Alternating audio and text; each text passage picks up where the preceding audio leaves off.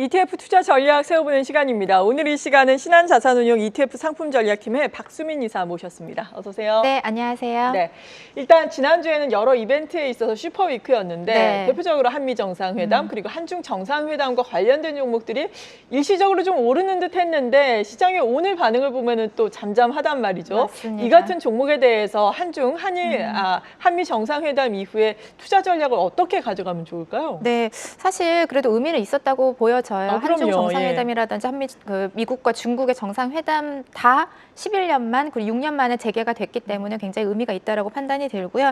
특히나 이제 한중 정상회담에서는 11년 만에 정상들이 대화가 시작이 됐기 때문에 네. 그동안 막혀 있었던 산업에 어떤 물꼬를 트였다라는 측면에서 의미가 있다라고 보입니다.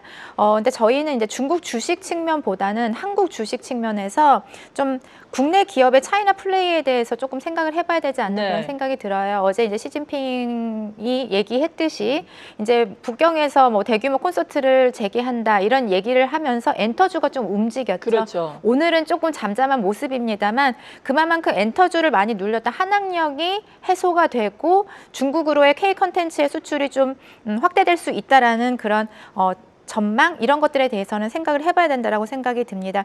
국내에 상장된 엔터 관련 ETF들이 그래도 좀 상당히 있어요. 하지만 네. 다들 아시겠지만 구성 종목에서 조금씩 차이가 있기 때문에 각자만의 뷰를 가지고 좀 선택을 하셔야 된다라고 생각이 드는데 국내 ETF 시장에서 엔터 ETF 가장 큰 규모의 ETF는 이제 한국투자 신탁운용의 에이스 K파 포커스 ETF가 있습니다. 지금 운용 규모는 한 2,600억 정도로 나타나고 있고요. 하이브라든지 JYP, SM, 와이즈 엔터테인먼트와 같은 엔터 대형 기획사들이 굉장히 많은 비중으로 투자가 되고 있습니다. 그래서 이러한 기업에 조금 집중 투자하고 싶다라고 하시는 분들은 이러한 ETF 선택하시면 좋을 것 같고요.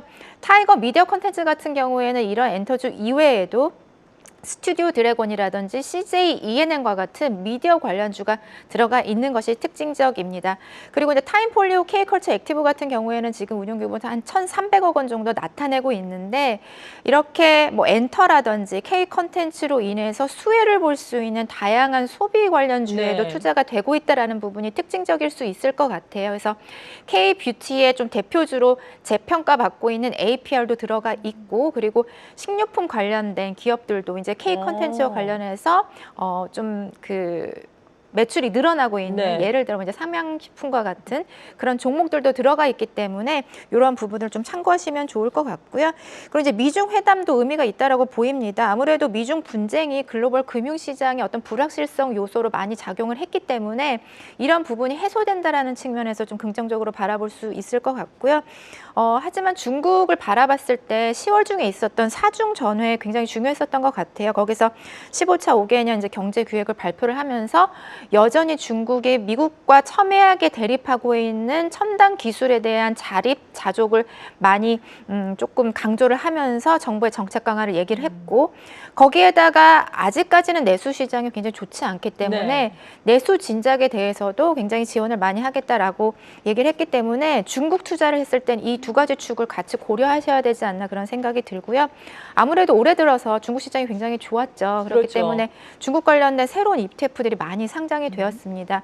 뭐 휴머노이드라든지 테크 관련 ETF라든지 그런 부분에 있어서는 지금 국내 투자자들도 많은 좀 공감을 하시고 계시고 성과도 조금 뒷받침이 되고 있기 때문에 그런 부분들도 좀 참고하시면 좋지 않을까 생각이 듭니다. 네, 중국과 관련된 우리나라와 관련된 또 ETF 중국과 관련돼서 이야기를 해주셨습니다. 네. 아무래도 우리 시장 오늘 같은 경우에는 반도체 투탑도 쉬어가고 있지만 어제 정말 시세를 많이 분출을 했잖아요. SK하이닉스 뭐 10%. 맞습니다. 초대형주 장세가 이어지고 있는데 반도체를 중심으로 한 ETF는 개인 투자자들은 어떤 종목에 많이 관심을 가지고 있나요? 네, 아무래도 뭐 어제 SK하이닉스의 대해서 목표 주가가 100만 원도 그러니까요. 나왔어요. 네. 그만큼 대형주에 대해서 관심이 많이 집중이 되고 있는 것 같고 지금 시장에서도 여전히 이제 SK하이닉스와 삼성전자의 매출에 대한 기대감을 좀 상향 조정해도 되지 않을까라는 의견들이 네. 있는 것 같습니다. 그렇기 때문에 대형주 위주에 관심이 많이 집중이 되고 있고요.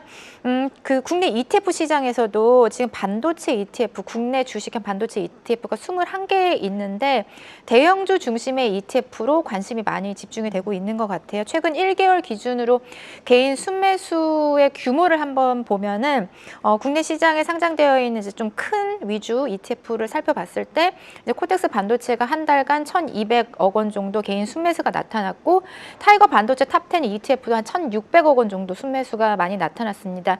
이에 반해서 이제 반도체 소보장에만 집중하는 ETF는 상대적으로 작은 규모의 개인 순매수가 나타난 만큼 현재 시장에서도 ETF 시장에서도 대형주 위주의 플레이를 선호를 하고 있지 않나 그런 생각이 들고요. 그렇게 된 배경에는 아무래도 성과인 것 같습니다.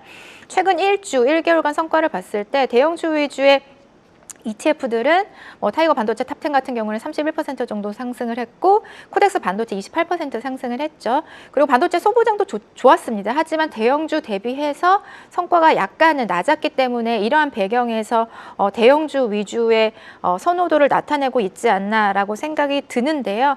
하지만 이제 형님이 먼저 갔으니까 소보장과 같은 아우들도 따라갈 수 있다라는 그런 전망은 좀 대다수인 것 같습니다. 그런 그러겠죠. 부분에 이제 향후 투자 전략을 좀 참고하시면 좋을 것 같습니다. 네, 그러니까 지금 같은 경우에는 우리나라의 반도체가 SK 하이닉스를 중심으로 이 첨단 반도체, 그러니까 AI, HBM 쪽으로 움직였다면은 네. 이제는 범용 이 레거시 반도체 네. 쪽도 가격도 올라오고 수요도 또 계속해서 증가하고 있다라는 측면에서 본다면 네. 소비장 쪽에도 훈풍이 갈 것이다라고 말씀을 하시는 거죠. 네, 맞습니다. 지금 뭐 이렇게 반도체 수요를 끌어올리고 있는 것은 아무래도 AI입니다. 특히나 이제 하이퍼스케일러들, 이제 대규모 그 데이터 센터를 운영하는 기업들의 투자가 굉장히 중요한데요. 네. 지금 상위 7개 하이퍼스케일러들의 투자 변화를 한번 보시면 2025년에 50% 증가를 했습니다. 근데 여기에서 저희가 조금 포인트를 잡아야 되는 게 2026년에는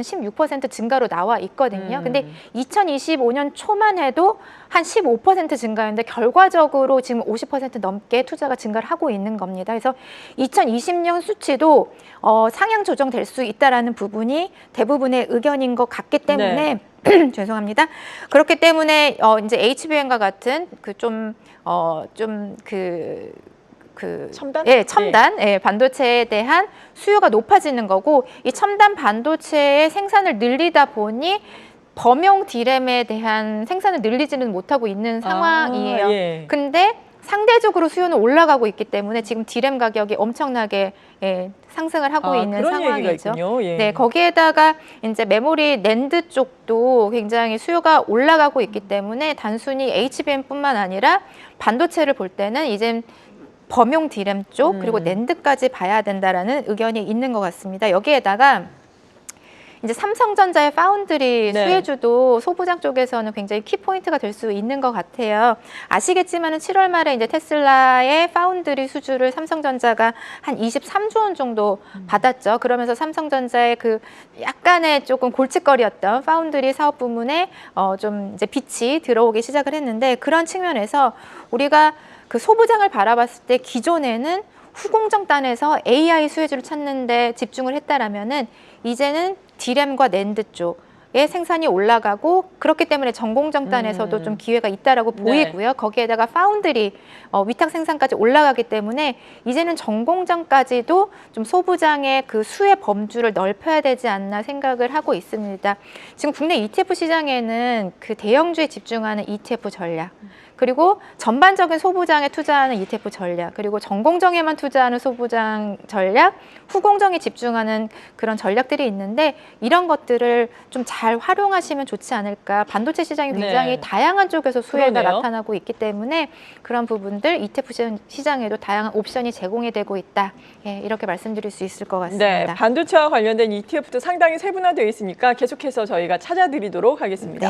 그렇다면 수익률 측면에서는 어떤 종목들이 선전을 했는지는 간략하게 네, 간략하게 말씀을 드릴게요. 지난 그 수익률 상위를 보면은 4가지로 좀 요약을 해볼 수 있을 것 같습니다. 전력기기, 그리고 바이오, 원자력, 일본 반도체인데요. 전력기기는 정말 정말 하늘 높은지 모르고 올라가고 오늘도 있는 대단합니다. 네, 네. 맞습니다. 뭐 현대일렉트릭이라든지 흥송중공업이 뭐 굉장히 지금은 캐파 부족에도 캐파는 빠르게 늘릴 수 없는데 수요는 급증을 하고 있기 때문에 3분기 비수기임에도 불구하고 수익성이 굉장히 높게 나온 점에 긍정적으로 평가를 받고 있는 것으로 보이고요. 바이오 같은 경우에는 좀 많이 쉬었다가 지난 한 주간에 이제 비만 치료제 관련해서 여전히 수요가 굉장히 급증하고 있다, 이런 좋은 뉴스 때문에 성과가 굉장히 좋았고, 그리고 원자력 ETF도 여전히 뭐 지난주에 미국 상무부가 웨스팅하우스에 기반한 어떤 대규모 그런 계약건을 프로젝트를 발표를 하면서 뭐 카메코라든지 우라늄 에너지, 뉴스켈 파워 등의 미국 원자력 ETF들이 굉장히 좋았고요.